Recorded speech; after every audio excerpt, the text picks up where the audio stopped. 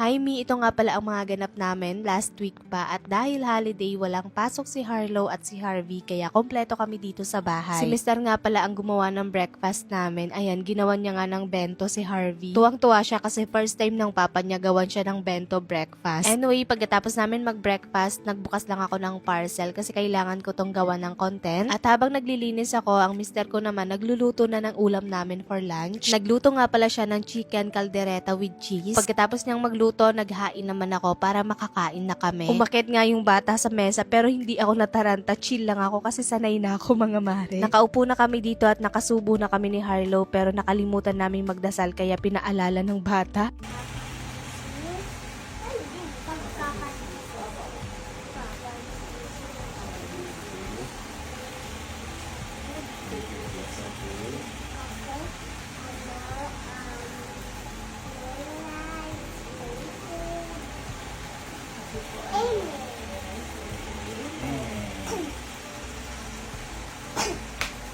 Pagkatapos namin kumain, nagnap lang kami at pagkagising, umalis naman ang mag-ama para mag-basketball. Kinabukasan naman may pasok na ulit at kapag Friday nga pala, mas maaga ang pasok nila Harvey. Kaya mas maaga ang gising ko kapag Friday, 6 a.m. gising na ako. Hindi pa nga sila regular class, 1 hour pa lang din ang pasok nila. Pero syempre papabaunan ko pa rin kasi nag-i-snack pa rin sila kahit 1 hour lang yung pasok. Wala nga akong ibang maisip na papabaon kaya ito na lang yung pinabaon ko. Toasted bread na merong peanut butter at chocolate spread on top. Tapos meron ding strawberry. Tapos naglagay din ako ng tubig. Madalas talaga tubig lang ang pinapabaon ko sa kanya. Minsan-minsan lang ako nagpapabaon ng matamis or yung mga juice. Napaliguan at nabihisan ko na pala kaya hinatid ko na sa school. Wala pa silang PE uniform kaya ayan muna ang pinasuot ko. Tuwing Friday pala, sabay sila ng pinsan niya at isang room lang sila. Nung Sunday naman, Father's Day, celebrate namin dito sa bahay at yan ang munting salo-salo namin. Ayun lang muna, kita-kita tayo sa next vlog.